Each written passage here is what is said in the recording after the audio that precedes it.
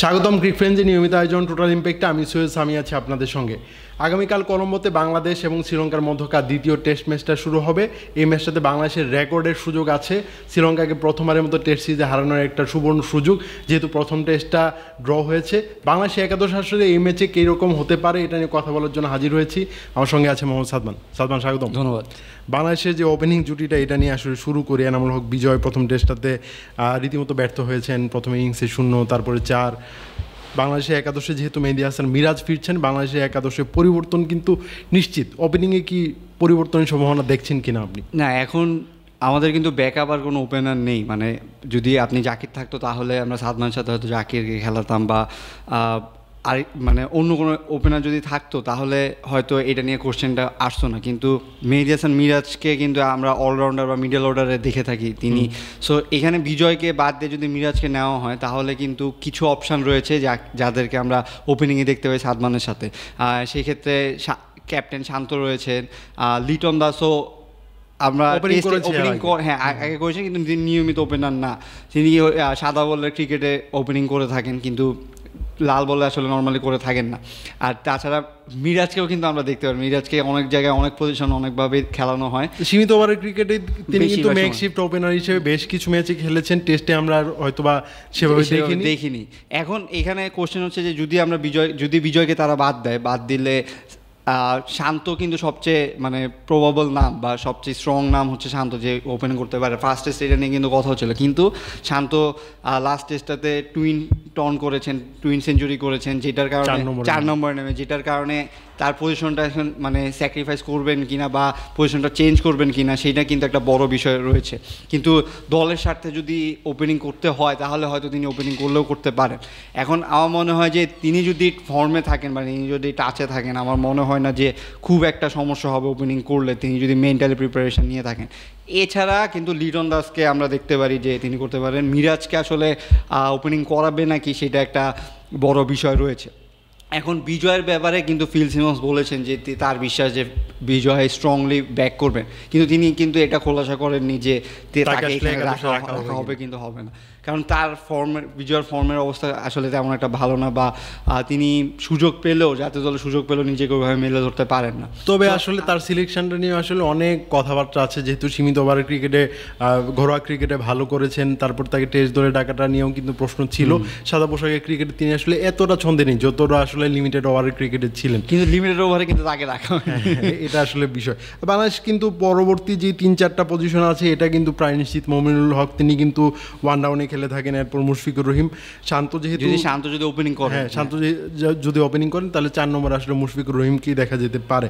এরপর কিন্তু লিটন কুমার দাস ব্যাটিং করবেন। লিটন কুমার দাস কিন্তু এই 5 নম্বরটা প্রায় নিজের জায়গায় বানিয়ে নিয়েছেন। তিনি যেহেতু টেস্টে উইকেট কিপিংটা করেন, আপনি জানেন যে টেস্টে টানা লম্বা সময় একটা কিপিং করতে হয়, সেক্ষেত্রে আসলে লিটন দাসের ওপেনিং করা বা টপ অর্ডারে খেলার তেমন একটা সুযোগ কিন্তু নেই।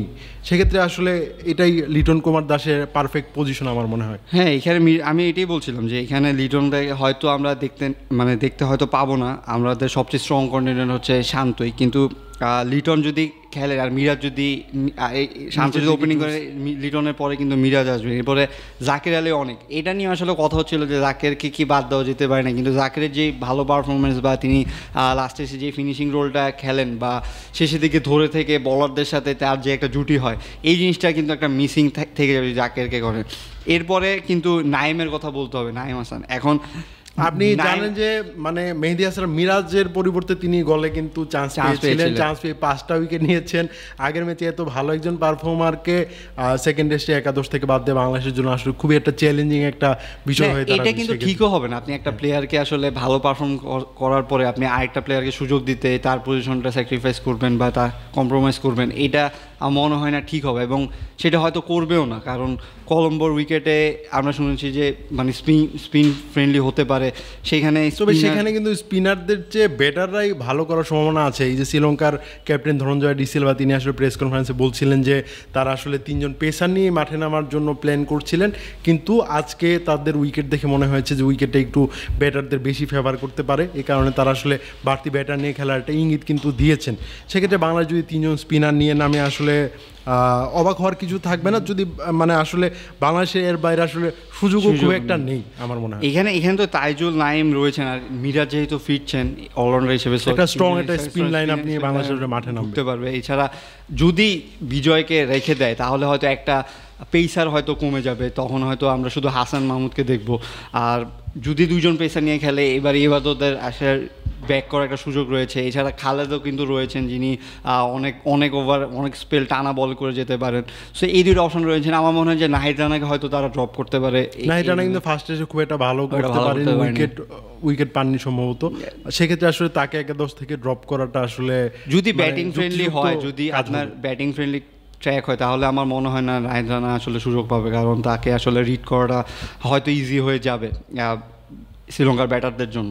সো আমার মনে হয় যে মিরাজ যেহেতু ঢুকছে পরিবর্তন তো অবশ্যই আসছে, কিন্তু এটা আসলে এখন দেখার বিষয় যে বিজয় একটা সুযোগ পায় কি পায় না, কারণ এটার উপর অনেক কিছু তখন আসলে বোঝা যাবে যে কি রকম। আর ফিল সিমন্স কিন্তু একটা কথা বলছিলেন যে মানে এই একজন যত ভালো পারফরমেন্সই করুক না কেন দল তাদের সম্ভাব্য বেস্ট ইলেভেনটা নিয়ে মাঠে নামতে চাইবে, সেক্ষেত্রে তারা আসলে যে কোনো সিদ্ধান্ত নেওয়ার জন্য তৈরি থাকবেন, এরকম একটা ইঙ্গিত কিন্তু দিয়েছেন যে প্রয়োজনে তারা যদি এনামুল হক বিজয়কে আরেকটা সুযোগ দিতে যান সেক্ষেত্রে কিন্তু নাইম হাসানের বাদ পড়াটা কিন্তু অসম্ভব কোনো ব্যাপার না। কিন্তু আমার মনে হয় যে যদি নাইম হাসান যেহেতু তো ভালো একটা স্পেল করেছেন বা একটা সাপোর্ট দিয়েছেন, হয়তো একটা পেসারকেই তারা হয়তো কম খেলাবে যদি বিজয়কে তারা খেলে থাকে। এখন বিজয়েরও আসলে সুযোগ, তিনি একটা সিরিজে একটা টেস্টে 2টা ইনিংসে খারাপ করছেন, কিন্তু আরেকটা দুই টেস্টে যেহেতু সিরিজ সাথে সাথে বাদ দেওয়াটা কিন্তু জিম্বাবুয়ে সিরিজে তিনি কি একটা ইনিংস খেলেছিলেন, মনে কিছু রান করেছেন। এখন তার যদি বিজয়কে আসলে সরিয়ে দেওয়া হয়, আবার সেই ওপেনিং পেয়ারে একটা চেঞ্জ আসবে। আমরা যেটা আসলে অনেক দিন ধরে খুঁজছি যে ওপেনিং পেয়ার, একটা স্ট্রং ওপেনিং পেয়ার আমাদের নেই। এইখানে কিন্তু আসলে সেই জিনিসটাই আবার দেখা যাবে। এখন যে ওপেন করবে সে কিন্তু আসলে রেগুলার ওপেনার হবে না, কারণ আমাদের ওর ব্যাকআপ নেই, দলের ভিতর থেকে কেউ একজন ওপেন হবে। সো যদি ক্লিক করেও আপনি আসলে পরে আবার যখন টেস্ট খেলবেন তখন আবার কি করবেন, তখন আবার সেই সাদমানের সাথে হয়তো যে একজন মানে অভিজ্ঞ ওপেনার রয়েছে তাকেই নেবেন।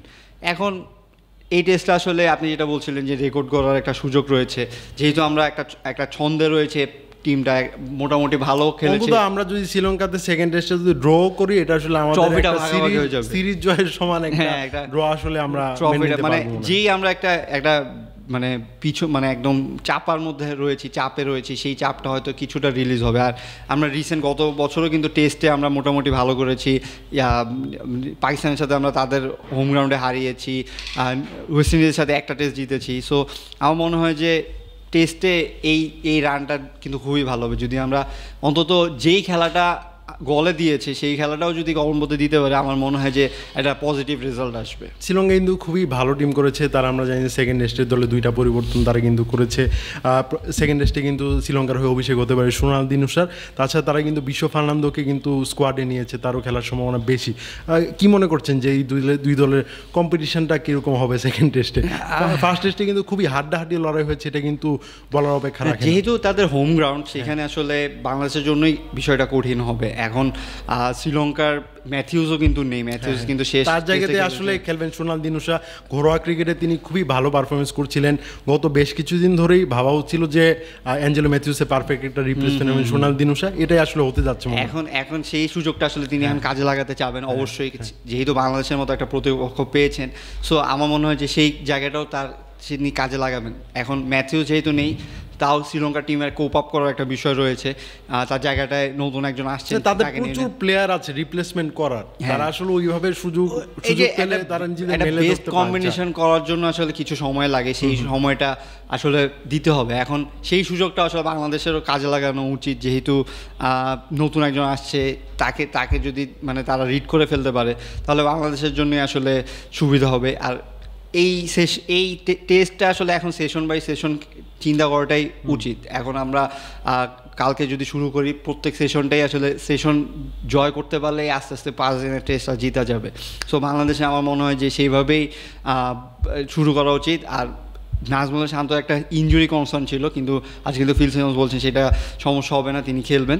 সো আমার মনে হয় যে এই ফুল রিদমে কালকে একটা নতুন একটা 2 দিন চলেছে, আর মিরাজ যেহেতু যুক্ত হচ্ছেন, একটা মানে এখন আমরা ফুল টিম নিয়ে আসলে একটা স্ট্রং টিম নিয়ে নামছি। সো গলের চেয়ে আমার মনে হয় যে কলম্বোতে পারফরমেন্স আরও বেটার হবে। ধন্যবাদ সাদমান আমাকে সন্ধ্যার জন্য। দর্শক, ক্রিকফ্রেন্ডের নিয়মিত আয়োজনে আমাদের সঙ্গে থাকার জন্য ধন্যবাদ। পরবর্তী কোনো পর্বে অন্য কোনো বিষয় নিয়ে আবার কথা বলবো, সে পর্যন্ত আমাদের সঙ্গে থাকুন।